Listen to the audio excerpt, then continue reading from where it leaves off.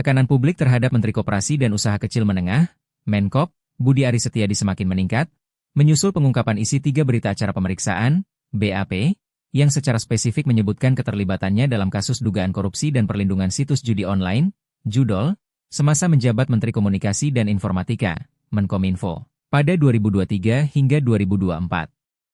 Ketiga BAP ini, yang disusun selama investigasi Bareskrim Polri dan Kejaksaan Agung, menjadi dasar kuat bagi tuntutan agar Budi Ari ditangkap dan diadili. Namun, penegak hukum belum mengambil langkah tegas, memicu spekulasi tentang perlindungan politik.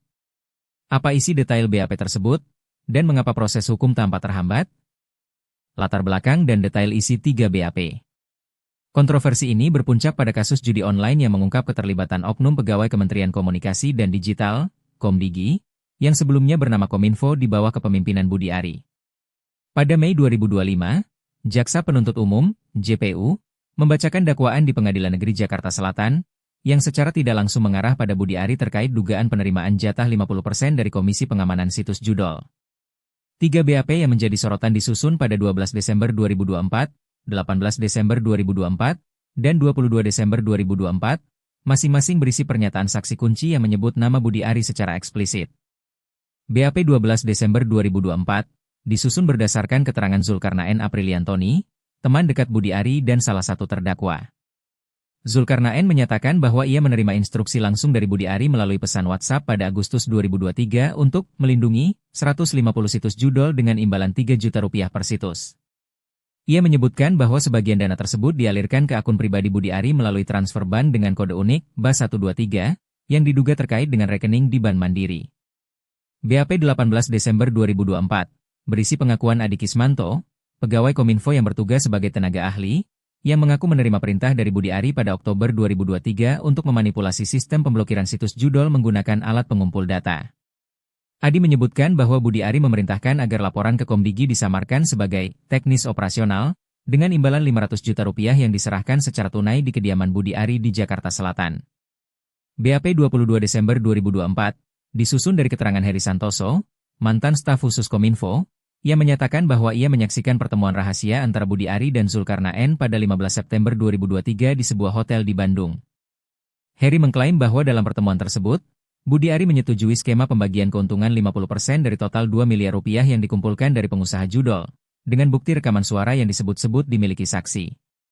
Ketiga BAP ini, yang kini menjadi dokumen penting dalam penyidikan, telah bocor ke publik melalui laporan media pada 1 Juni 2025, memicu gelombang protes dengan tagar tangkap Budi Ari yang mencapai 120.000 postingan di X hingga 3 Juni 2025. Tuduhan publik dan tekanan sosial. Publik mempertanyakan mengapa Budi Ari belum ditangkap, mengingat detail spesifik dalam BAP yang menyebutkan nama, tanggal, dan transaksi. Banyak yang menilai bahwa bukti ini menunjukkan peran aktif Budi Ari, bukan sekadar dugaan. Postingan di X seperti, BAP udah jelas menyebut Budi Ari, kenapa masih bebas?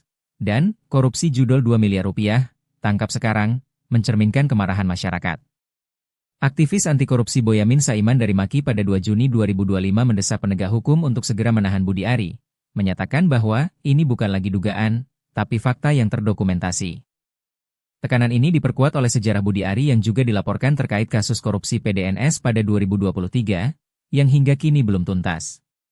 Publik menduga ada perlindungan politik, terutama karena Budi Ari kini menjabat Menkop di Kabinet Merah Putih pimpinan Prabowo Subianto. Respons resmi dan kontroversi hukum. Kapolri Jenderal Listio Sigit Prabowo pada 20 Mei 2025 menyatakan bahwa Budi Ari pernah diperiksa pada 19 Desember 2024 dan membuka peluang pemanggilan ulang jika ada petunjuk baru. Namun, hingga 3 Juni 2025, tidak ada tindakan lanjutan, meskipun KPK dan Kejagung telah mengindikasikan koordinasi dalam kasus ini. Istana Negara pada 21 Mei 2025 menanggapi bahwa Budi Ari berhak membela diri, namun sikap ini dianggap lunak oleh sebagian publik, memicu tuduhan adanya intervensi. Budi Ari membantah keterlibatannya pada 23 Mei 2025, menyebut tuduhan ini fitnah dan upaya framing. Ia mengklaim telah melaporkan praktik korupsi di Kominfo, termasuk kasus PDNS, dan menyerahkan investigasi kepada BPKP. Namun, keengganannya memberikan klarifikasi spesifik tentang isi BAP, terutama terkait kode transfer, BAS123, dan pertemuan di Bandung, meningkatkan kecurigaan. Pengacara Budi Ari enggan berkomentar lebih lanjut pada 1 Juni 2025, hanya menyatakan bahwa kliennya kooperatif. Konteks politik dan dugaan perlindungan. Kasus ini terjadi di tengah dinamika politik pasca Pilpres 2024, di mana Budi Ari, mantan kader PDIP yang kini bergabung dengan koalisi Prabowo, menjadi figur kontroversial. Konfliknya dengan PDIP, yang melaporkannya ke Bareskrim pada 27 Mei 2025 atas tuduhan fitnah terkait judol, menambah dimensi politik. Banyak yang menduga bahwa penundaan penangkapan Budi Ari terkait dengan posisinya sebagai Menkop dan hubungannya dengan elit pemerintahan saat ini, terutama setelah ia meluncurkan rencana pembentukan 80.000 koperasi Desa Merah Putih pada Mei 2025. Pengamat hukum Hikmahanto Juwana pada 2 Juni 2025 mempertanyakan independensi penegak hukum, menyatakan bahwa jika BAP menyebut nama Budi Ari dengan detail transaksi dan saksi, penangkapan seharusnya sudah dilakukan. Ini menunjukkan ada intervensi politik. Hukum tidak boleh tebang pilih, katanya. Sejarah kasus korupsi di Indonesia memperkuat narasi bahwa figur tinggi sering luput dari jeratan hukum tanpa tekanan publik yang masif. Progres penyidikan dan tantangan. Hingga 3 Juni 2025, Kejagung dan Bareskrim belum menetapkan Budi Ari sebagai tersangka, meskipun 3 BAP telah menjadi sorotan. Penggeledahan apartemen mantan staf khususnya, Fiona Handayani dan Juristan, pada 21 Mei 2025 menghasilkan barang bukti, namun fokus penyidikan tampaknya masih pada pelaku tingkat bawah. KPK, yang dilibatkan dalam pengawasan, juga belum mengeluarkan pernyataan resmi tentang keterlibatan Budi Ari.